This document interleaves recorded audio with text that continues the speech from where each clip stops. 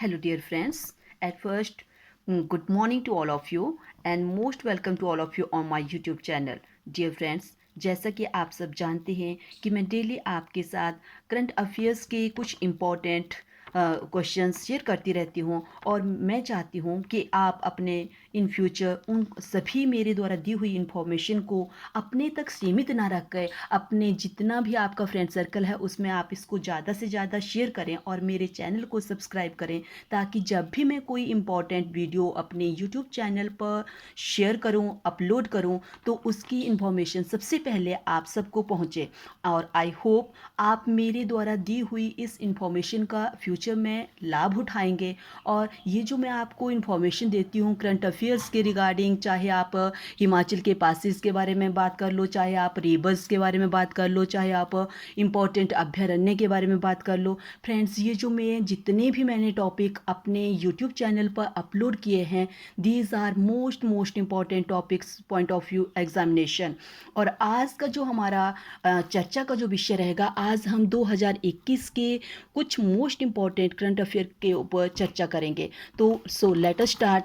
हमारा जो first question रहेगा फ्रेंड्स, वो है लाग वी ओमर। लाग वी ओमर ये क्या है, आपसे पूछा जा सकता है कि लाग वी ओमर क्या है। तो फ्रेंड्स, आपको पता होना चाहिए कि लाग वी ओमर इज़राइल देश का एक ऐसा धार्मिक उत्सव है जो कि यहूदियों के द्वारा मनाया जाता है। अभी फ्रेंड्स, हाल ही में ये जो लाग वी ओमर था, ये क्यों चर्चा में रहा, क्योंकि आपको पता होना चाहिए कि इज़राइल एक ऐसा कंट्री बन गया है जिसे कि कोरोना फ्री घोषित कर दिया गया है।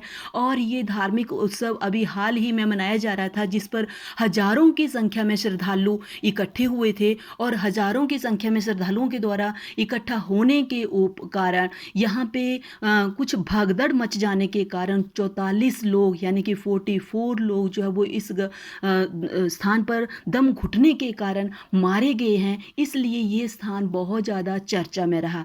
अगर बात की जाए, मैंने जैसा कि आपको बताया कि लागवी ओमर जो है वो एक धार्मिक उत्सव है इज़राइल का। जी हाँ फ्रेंड्स, तो इज़राइल की अगर बात की जाए तो इज़राइल की जो कैपिटल है वो है यरूशलेम। और अगर इसकी करेंसी की बात की जाए तो न्यू शेकल इसकी करेंसी है। और प्रेसिडेंट की अगर बात की जाए तो इज़राइल के वर्तमान में जो प्रेसिडेंट है वो है रूवल रुवालेन। और प्रधानमंत्री का तो शायद हर किसी कैंडिडेट को पता होगा, क्योंकि ये अक्सर चर्चा में रहते हैं। जो इज़राइल के प्रधानमंत्री हैं वो हैं बेंजामिन नेतन्याहू। तो नेक्स्ट क्वेश्चन की ओर रुक करते हैं। हमारा जो नेक्स्ट क्वेश्चन है फ्रेंड्स, वो है परम सिद्धि। कि परम सिद्धि क्या है। फ्रेंड्स, परम सिद्धि भारत का एक ऐसा सुपर कंप्यूटर है। और अगर बात की जाए आपके दुनिया के 500 सुपर कंप्यूटरों की, तो फ्रेंड्स सबसे टॉप पे जो कंप्यूटर है वो है जापान का फुकागो। और आपको पता होना चाहिए कि जापान का जो फुकागो सुपर कंप्यूटर है वो दुनिया का सबसे टॉप पे है। और आपको फ्रेंड्स पता होना चाहिए कि हाल ही में ब्रिटेन दुनिया का सबसे बड़ा दूसरा जो सुपर कंप्यूटर है उसको बनाने जा रहा है। और ये जो जिस सुपर कंप्यूटर को ब्रिटेन बनाने जा रहा है, इसका ये जो है वो मौसम के बारे में सटीक जानकारी हमें प्रोवाइड करवाएगा। नेक्स्ट क्वेश्चन है हमारा कि B777 ये क्या है। तो फ्रेंड्स, आपको पता होना चाहिए कि ये जो B777 है, ये अमेरिका की एक बोइंग कंपनी का नाम है। और जो अमेरिका है, इस बोइंग कंपनी द्वारा बनाए हुए एक विमान है ये B777। और भारत में जैसे आपको पता होगा कि भारत के अपाचे हो गया, चिनूक हो गया, ये अमेरिका की बोइंग कंपनी के द्वारा ही बनाए हुए जितने भी विमान हैं, ये अमेरिका की इस बोइंग कंपनी के द्वारा ही बनाए गए हैं। और आपको पता होगा कि जो भारत के वेरी इंपॉर्टेंट जो भी पर्सन है, जैसे प्रधानमंत्री हो गए, जितने भी हमारे मिनिस्टर्स हैं, वो विदेशों में जाने के लिए, वो फॉरेन में जाने के लिए एयर इंडिया विमानों को यूज़ में लाते हैं। लेकिन अब वो इन एयर इंडिया विमानों का प्रयोग ना करते हुए B777 का ही प्रयोग करेंगे। और बोइंग ने इंडिया को 10 लाख बिलियन सहायता देने करने की घोषणा की है इस बोइंग कंपनी ने कोरोना काल में। आपको फ्रेंड्स पता होना चाहिए कि भारत आज की डेट में बहुत ही क्रिटिकल कंडीशन से गुजर रहा है, तो आपकी ये जो बोइंग कंपनी है इसने 10 लाख बिलियन डॉलर की हेल्प देने का वादा किया है और इतनी राशि देने की घोषणा की है कि वो भारत को इस दुख की घड़ी में 10 लाख बिलियन की डॉलर की हेल्प करेगा। अगर बोइंग कंपनी की बात की जाए फ्रेंड्स, तो बोइंग कंपनी की जो स्थापना हुई थी वो हुई थी 1916 ईस्वी में, और इसके हेडक्वार्टर की अगर बात की जाए तो इसका हेडक्वार्टर शिकागो में स्थित है। नेक्स्ट जो क्वेश्चन है हमारा वो है सार्थक पहल।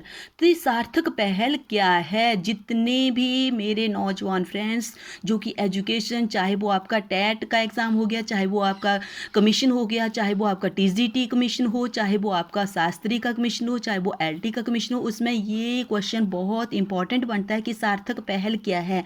तो फ्रेंड्स, जैसा कि आप सबको पता है कि जो सार्थक पहल है वो राष्ट्रीय शिक्षा नीति को लागू करने में हमारी एक मदद करने के लिए एक योजना की शुरुआत की गई है जिसका नाम रखा गया है सार्थक पहल। और आपको फ्रेंड्स पता होना चाहिए कि हमारा हिमाचल प्रदेश राष्ट्रीय शिक्षा नीति को लागू करने वाला भारत का पहला स्टेट बन गया है। और अगर बात की जाए इस पहल की, इस एजुकेशन पहल की जो मैंने आपको अभी बताया सार्थक पहल की, तो ये एक राष्ट्रीय शिक्षा नीति को लागू करने के लिए उसको लागू करने के लिए मदद के लिए एक ऐसी योजना की शुरुआत की गई है।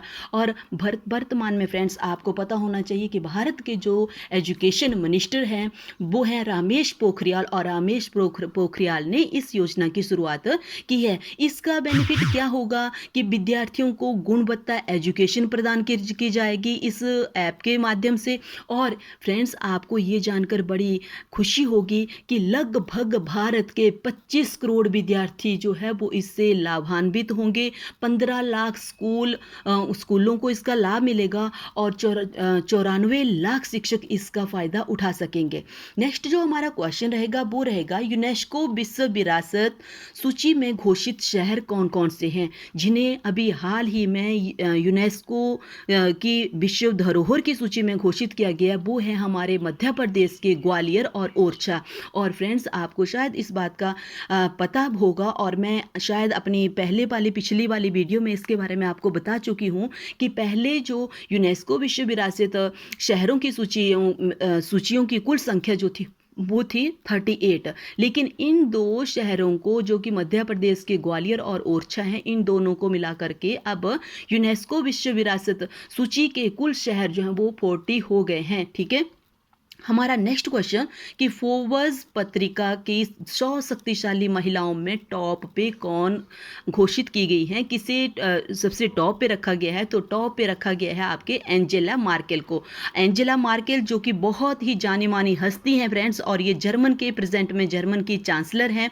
और भारत की जो वित्त मंत्री हैं श्रीमती निर्मला सीतारमण जी, उनको 41वें नंबर पे रखा गया है, जो कि 2019 में ये 34वें नंबर पे थे। नेक्स्ट क्वेश्चन की ओर हम रुक करते हैं कि ग्लोबल जेंडर गैप रिपोर्ट 2021 में भारत का स्थान कितना रहा है? तो ग्लोबल जेंडर गैप रिपोर्ट 2021 के अकॉर्डिंग भारत का जो फ्रेंड्स स्थान रहा है वो रहा है 140वां। इसमें टोटल 156 देशों को शामिल किया गया था, और जिनमें टॉप पे जो कंट्री है वो है आइसलैंड। और फ्रेंड्स आपको ये जानकर हैरानी होगी कि आइसलैंड लगातार 12वीं बार इस ग्लोबल जेंडर गैप रिपोर्ट में टॉप करने वाला प्रथम ऐसा कंट्री बन गया है। और अगर 2020 में भारत की बात की जाए तो कुल 153 देशों में से भारत की जो स्थिति थी वो 112वें स्थान पर थी। और आपको पता होना चाहिए कि हमारा जो भारत है वो 2021 में 28 पायदान नीचे लुढ़क गया है, और इस ग्लोबल जेंडर गैप रिपोर्ट 2021 में सबसे नीचे वाला जो स्थान है वो अफगानिस्तान का है। नेक्स्ट क्वेश्चन हमारा इंटरनेशनल इंटेलेक्चुअल प्रॉपर्टी इंडेक्स 2021 में भारत का स्थान कितना रहा है। फ्रेंड्स, ये बात मैं आपको बताता हूँ, जितने भी हमारे क्वेश्चन इंडेक्स से संबंधित होते हैं वो बहुत ही इंपॉर्टेंट होते हैं और एग्जामिनर एक या दो क्वेश्चन इंडेक्स से संबंधित जरूर पूछता है, इसलिए इस बात को आप ध्यान में रखें। अगर बात की जाए इंटरनेशनल इंटेलेक्चुअल प्रॉपर्टी की, तो भारत का स्थान जो है वो 40वां रहा है। इसमें कुल 53 देश थे और टॉप की अगर बात की जाए तो वो रहा आपका अमेरिका। और 2020 की अगर बात करूं तो भारत की जो स्थिति थी वो 36वें नंबर की थी। आज का हमारा लास्ट जो क्वेश्चन रहेगा वो रहेगा केन बेतवा नदी इंटरलिंकिंग परियोजना समझौता। फ्रेंड्स, ये जो हमारा केन बेतवा नदी इंटरलिंकिंग परियोजना समझौता है, ये विश्व जल दिवस जो कि हमने 22 मार्च को सेलिब्रेट किया उसके ऊपर इसको लॉन्च किया गया। और ये जो केन बेतवा नदी परियोजना इंटरलिंकिंग जो परियोजना है वो भारत के उत्तर प्रदेश और मध्य प्रदेश दोनों राज्यों के बीच शुरू की गई है और इसका मेन जो उद्देश्य है वो सूखाग्रस्त इलाकों में पानी पहुंचाना है। नेक्स्ट जाते जाते एक क्वेश्चन और कर लेते हैं कि Skoch chief minister of the year जो 2020 अवार्ड है उसे किसे सम्मानित किया गया है उस अवार्ड से, तो ये किया गया है बाई एस जगनमोहन रेड्डी जो कि आंध्र प्रदेश के वर्तमान में सीएम है। तो फ्रेंड्स, आज मैंने आपको इतनी इंपॉर्टेंट इंफॉर्मेशन दी करंट अफेयर्स के रिगार्डिंग। तो आई होप आप इस मेरी वीडियो को ढंग से 2 या 3 बार वॉच करेंगे तो ये आपके क्वेश्चन आप समझ जाना कि आपको कभी भी एग्जाम में ये भूलेंगे नहीं। इसी के साथ जय हिंद, जय Bharat, have a nice day.